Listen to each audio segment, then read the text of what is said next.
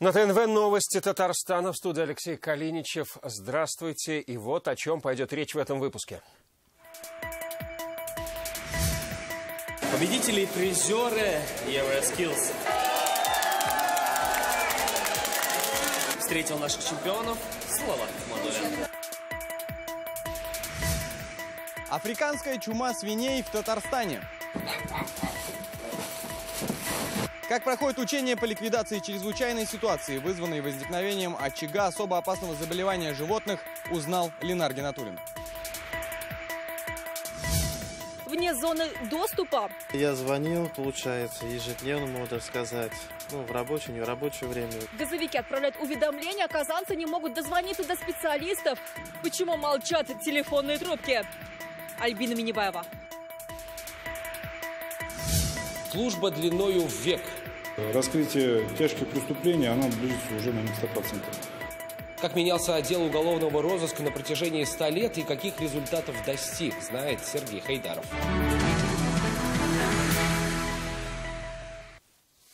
День в Казани начался с крупного ДТП. В самом центре столицы, на перекрестке улиц Татарстана и Салимжанова, красный автобус протаранил иномарку. Пострадали 5 пассажиров автобуса и водитель легковушки. Момент столкновения попал на видеорегистратор.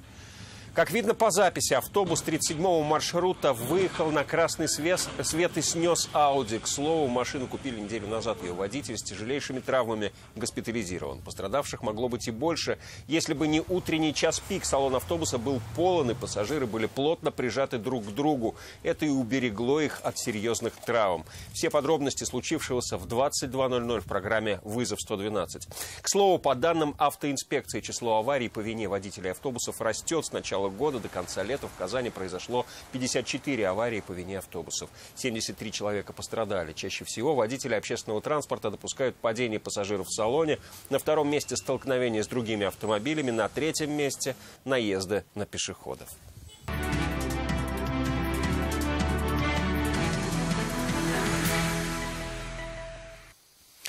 Сегодня в Казани встречали татарстанских призеров и победителей чемпионата Евроскиллс. Молодые профессионалы из республики в составе сборной России завоевали 3 золотых и 1 серебряную медали. Большинство наших победителей уже заканчивают карьеру как участники, теперь они станут тренерами.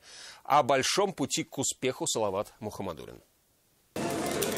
Все ждали, но не ожидали. В первые секунды появления чемпионов встречающие замерли. Ну а дальше ликование. Карина Халеева первой попадает в объятия друзей и родственников. Она выиграла золото в компетенции предпринимательства. Вообще просто слов нет. На самом деле мы очень счастливы, мы очень сильно старались, чтобы принести эту победу для нашей страны, для Татарстана. И большое спасибо за такой теплый прием. Это вообще никаких эмоций, это зашкаливает. Может, мы контракт подписан на миллионы. Автографы и бесконечные фотоспышки – это еще одни триумфаторы европейского первенства Андрей Дюбанов и Павел Фадеев. В Будапеште они стали чемпионами и завершили карьеру. Мы уже были на чемпионате мира в 2017 году в Абу-Даби, мы там привезли серебро. Здесь мы завершали свою карьеру так красиво золотом. Теперь мы будем готовить уже следующих. Вместе с ними переходит на тренерский мостик и Альберт Минеев. Ему есть чем поделиться. Музыка, звуки, вспышки, люди вокруг. То есть ко всему к этому мы привыкали, работали на улице.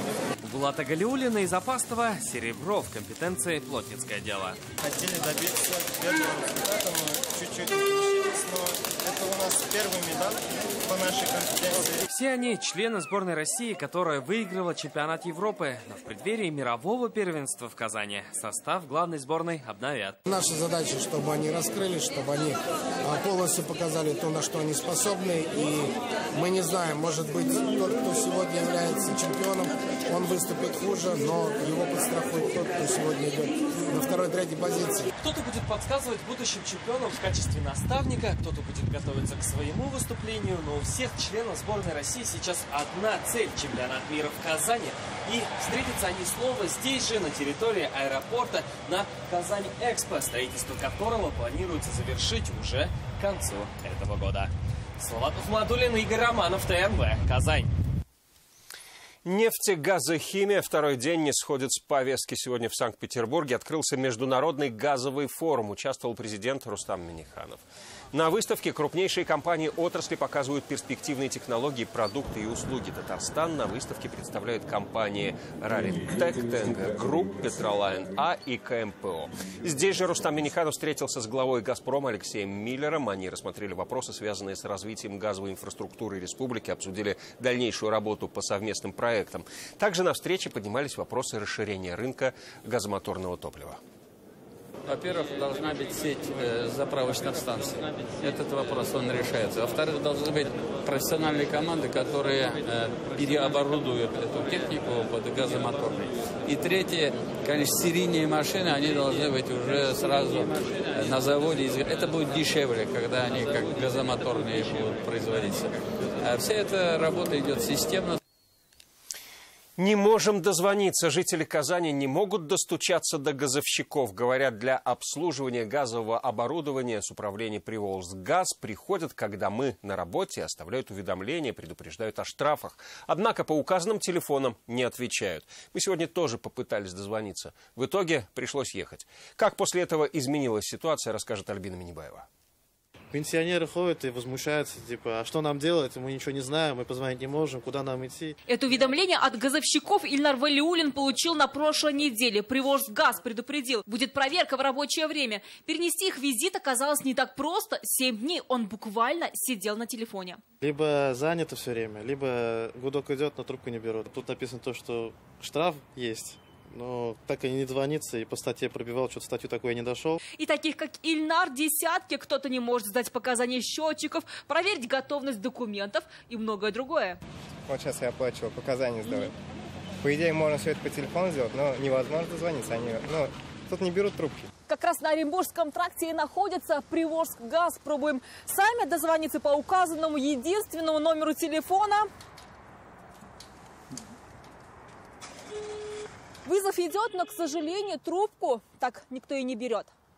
Реакция на камеру Приволжгаза оказалась намного оперативнее, чем звонок в абонентский отдел. Сотрудник управления пытался закрыть камеру и вывести съемочную группу. Мы вот по этому объявлению, и люди не могут до вас дозвониться. Мы не даем интервью. Просто позвонили, если человек занят, пришла передвигаться на другой номер. После нашего обращения Приволжгаз напечатал новые уведомления. Обещают, теперь связаться с газовщиками станет проще. Ну, чтобы было людям более еще доступнее, мы усовершенствовали систему, добавили еще 3 городских номера. Мы проверили прямо на месте с руководством. После нескольких попыток нам ответили.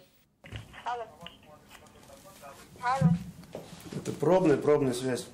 Что касается предупреждения о штрафах, это преждевременно, говорят юристы. Нужно еще доказать, что житель не впустил к себе домой. Газовая служба просто постучалась, и никого дома не было. И они на основании этого прислали уведомление гражданину, что он якобы будет оштрафован по статье 9.23 пункту 3. Но в данном случае это не совсем правомерное действие. За содержание газового оборудования в исправном состоянии ответственны сами жильцы. В случае ЧП им грозит уже уголовная ответственность. Альбина Минибаева, Александр Лобанов, ТНВ, Казань. Если у вас есть о чем нам рассказать и показать, звоните в редакцию. Телефон службы новостей 570 50 17. Вопросы выделения земли, создания ТСЖ и выселения из аварийного дома, коммунальные и жилищные проблемы казанцев сегодня обсудил Александр Сидякин. В общественный приемный «Единой России» записались 14 казанцев и жители районов. Высказал свое мнение он и по поводу ситуации с мусорным коллапсом в Челябинске и Магнитогорске. Его предложение – цивилизованный подход в переработке отходов. Это загрязнение сточных вод, почв, бассейна, Камы, Волги, всего чего угодно. Нам здесь жить. Мы никуда не собираемся отсюда уезжать. Как первобытные люди мы поступать не можем. Поэтому, конечно, цивилизованные подходы в переработке и обработке мусора – это то, с чем мы должны работать. Сжигаются те фракции, которые не нужно, не сжигается весь мусор подряд. Высказался Александр Сидякин об инициативе по введению нормативов на электричество. 300 киловатт в месяц – это лимит, в случае его превышения увеличенный тариф. Большинство людей должны понимать, что их это не коснется. А те, кто, условно говоря, любят пожить на широкую ногу, такие люди тоже есть. Но почему за них должно субсидировать государство стоимость электроэнергии? Под Казанью африканская чума. В селе Тимофеевка Высокогорского района срочно прибыли бригады ветврачей и передвижные лаборатории. Деревня оцеплена, ведутся санитарные работы. По такой легенде сегодня здесь прошли учения ветеринарных служб. С места события Ленар Гинатуллин.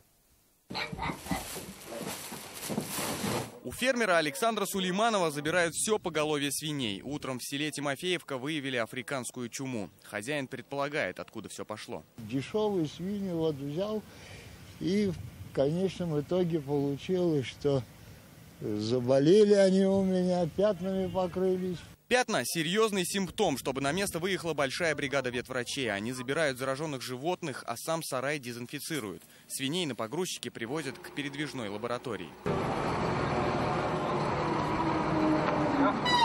Обязательны проверка документов водителей и обработка транспорта. После специалисты берут материалы зараженных животных для анализа. Записывается владелец животного, вид животного, данные, масса. Их отправляют в лабораторию. Результат положительный, а это значит деревню на карантин. Зараженных животных уничтожают. Транспорт с павшими телами прибывает на место утилизации. После тела опускают в крестообразную яму и поджигают. Все это обязательно происходит под чутким присмотром сотрудников МЧС. Так поступили бы в каждом населенном пункте, где выявляют чуму, язву, грипп животных или птиц. А пока учения. У нас, я вот еще раз повторяю, самый сильный противоэпизоотический отряд по Российской Федерации и Республике Татарстан. Сегодня они очень хорошую работу продемонстрировали. Это, у нас большое желание, чтобы этот отряд выехал только во время учения. На самом деле, пока в республике все спокойно, но еще остался в памяти 2016 год. Тогда в Нурлате выявили вспышку африканской чумы. Животные заразились от диких кабанов. Да и у соседей не все спокойно. Совсем недавно был обнаружен завоз птичьего гриппа из Чувашии. От него пострадали Зеленодольский и Кайбицкие районы. Ленар Гинатуллин, Данил Филатов, ТНВ, Высокогорский район. Клещи атакуют осенью. Этих насекомых не меньше, чем в мае, и они по-прежнему опасны. В Нижнекамске в этом сезоне уже 87 укусов, в том числе 21 ребенок. По сравнению с осенью прошлого года количество пострадавших увеличилось в 1,5 раза. Врачи предупреждают, если обнаружили на коже клеща, самолечением заниматься не стоит, нужно срочно обратиться в травмпункт. Люди стали выезжать больше на природу. Выезд на природу, потом за грибами, это в лесные массивы, это на луга. И, в общем-то, количество укусов в этом году увеличилось по сравнению с прошлым годом практически в 2 раза. Со следующего года увеличивается среднедушевой норматив на лечение онкобольных. Теперь он вырастет до 70 тысяч рублей. Об этом сегодня заявили на парламентском заседании Комитета по социальной политике. По данным Фонда обязательного медстрахования, это связано с ростом объема субвенций из федерального бюджета. Если в будущем году сумма субвенций составит 44 миллиона рублей, то в 2021 – 51 миллион. Строительный комплекс республики является неотъемлемой частью экономического развития и напрямую влияет на качество жизни людей. Инфраструктура строительной отрасли должна быть максимально привлечена к нуждам населения.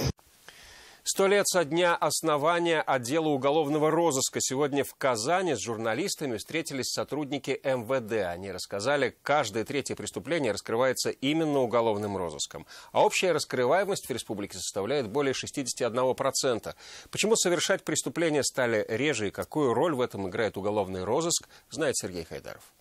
Свое начало история отдела уголовного розыска берет с далекого 5 октября 1918 года. И именно тогда, век назад, коллегия НКВД впервые и утвердила положение о создании нового отдела в форме со знаками отличия и наградами. Юбилей – хороший повод встретиться с журналистами. По словам полицейских, каждое 3-е преступление в республике раскрывается именно уголовным розыском. Этот показатель лучший в Приволжском федеральном округе. Динамика, в принципе, она положительная.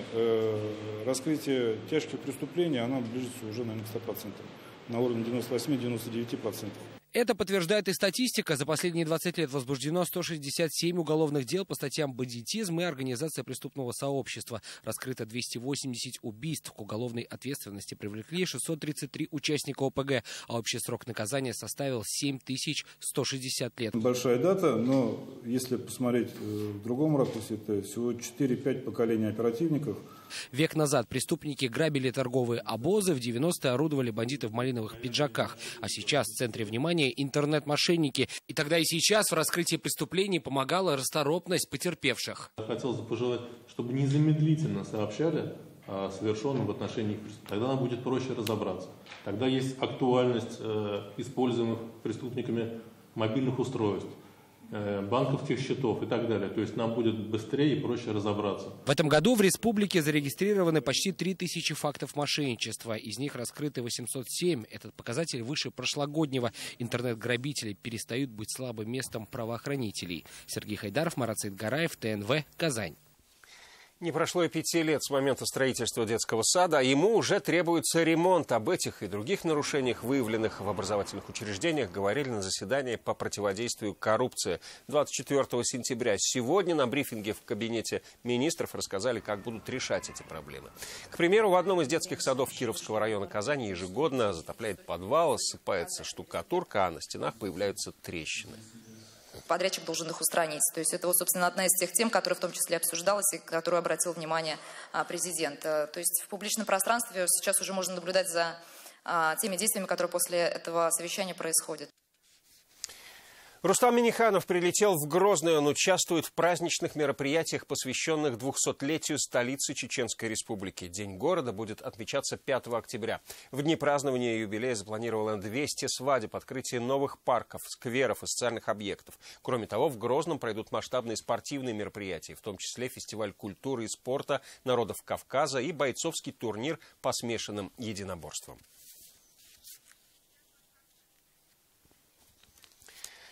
Легкие республики расправятся. В предстоящие выходные в Татарстане высадят 1 300 000 деревьев. Это будет единый день посадки леса. Ждут всех желающих. С собой рекомендуется взять лопаты, перчатки, а саженцы выдадут на месте. Для посадки сосны европейские ели и сибирские лиственницы выделили 300 гектаров земли. В Казани субботники стартуют в 10 утра. В парках Черное озеро, Континент, Калейдоскоп, Сосновая роща, Дербышки и Лицком саду. Обойти земной шар за 1,5 года. Сегодня в Альметьевске под бой барабанов встречали велопутешественника Ильдуса Янышева. Известный казанский бизнесмен и президент Союза велосипедистов Татарстана отправился в кругосветку в апреле 17-го. За это время он преодолел 24 000 километров и проехал 13 стран. Альметьевск – предпоследняя точка в его маршруте. Послезавтра он будет в Казани.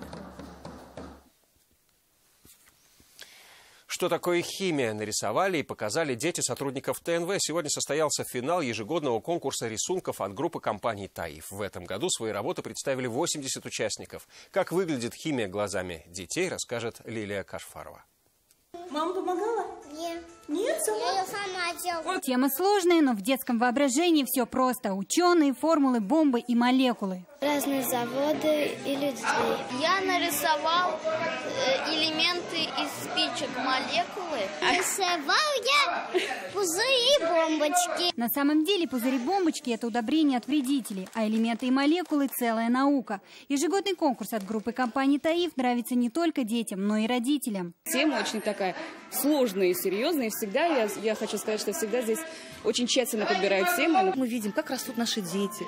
Мы видим, как они развиваются. Да? Мы каждый раз встречаем и говорим: вау, у тебя уж такой большой стал, да? И у меня такая большая уже. Поэтому, мне кажется, это объединяет именно сотрудников компании. Свои химические рисунки в студию прислали 80 участников. Ребята получили дипломы, памятные подарки, а в завершение праздника – фокусы. Лилия Кашфарова, Марат Саидгараев, ТНВ, Казань. В продолжении выпуска прогноз погоды на завтра. Ну а программу «Вызов 112» смотрите сразу после завершения трансляции хоккея. Я же прощаюсь с вами. До завтра. Всего вам доброго.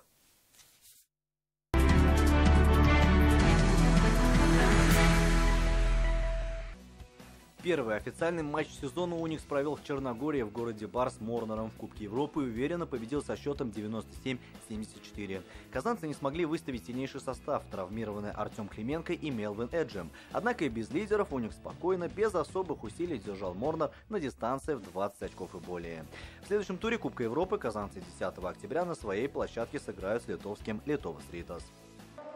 Рекордный турнир с юными чемпионами в Казани завершились самые массовые соревнования по бадминтону среди юношей и девушек до 12 лет. На стартовом этапе чемпионат принял более 700 участников, до финиша дошли 250. Если раньше бадминтонная география ограничивалась столицей и ближними районами, то сейчас редко встретишь город или поселок, где бы не занимались этим видом спорта. Победители и призеры турниров бадминтона и «Надежды Татарстана» начнут подготовку к первенству России. В этом сезоне финалы пройдут в городе Омск. Сегодня хоккеисты «Акбарса» начинают выездное турне. Первый маршрут – московская «Динамо». Пока бело-голубые забуксовали и не показывали свои лучшие игры. Это привело к тому, что их главным тренером вновь стал Владимир Крикунов, который вернулся в команду спустя почти десятилетие. Игроков «Акбарса» после 3 побед в 4 играх домашней серии ждет выезд по маршруту Москва, Ярославль, Череповец. Алмаз Гафиатов, ТНВ, Казань.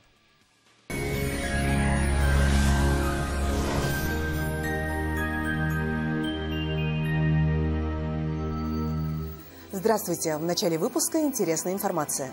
Хотите качественную и недорогую кухню по вашим размерам? Данил Мастер исполнит ваше желание. Успейте заказать со скидкой 20%. Данил Мастер, город Казань, улица Восстания, 23, телефон 2-167-166. 5 октября в Татарстане станет еще холоднее. И по данным сервиса Яндекс.Погода, на юго-востоке в Бугульме, Бавлы, Азнакаево переменная облачность. Днем пройдет дождь и 11 градусов тепла. На северо-востоке, Нижнекамске, Набережных Челнах, Елабуге в первой половине дня также пройдут дожди. И столбики термометров покажут плюс 11. На севере Татарстана, Менделеевске, Агрызе, Менделеевске похожая картина, местами с дождем. На северо-западе, в Арске, в Кукмаре, Балтаси синоптики обещают 9 градусов тепла и местами осадки. Для юго-запада 5 октября будет пасмурным и дождливым, плюс 7, плюс 9. В центральных районах, в Чистополе, Альметьевске, Мамадыше синоптики обещают дождливую погоду и 11 градусов выше нуля. Пусть осенние холода не пугают вас. Выбирайтесь на природу, но одевайтесь теплее. Спонсор прогноза погоды – клиника Фармте. Лечение аденомы и простатита по европейским стандартам, без боли операции на израильском аппарате Термекс. Телефон в Казани 292 66 77. Клиника Фармте. Радиоволновое лечение аденомы и простатита на израильском аппарате Термекс. Без боли, без операции. 292 66 77. В Казани ожидается переменная облачность, временами возможен дождь. Температура воздуха в дневные часы плюс 8, плюс 10. Ветер западный умеренный до 5 метров в секунду. Атмосферное давление ниже нормы 749 миллиметров ртутного столба. Влажность воздуха 78%. В утренние часы возможна магнитная буря. Берегите себя. Это вся информация к данной минуте. В студии была Лейла Латыпова. Всего доброго и до свидания.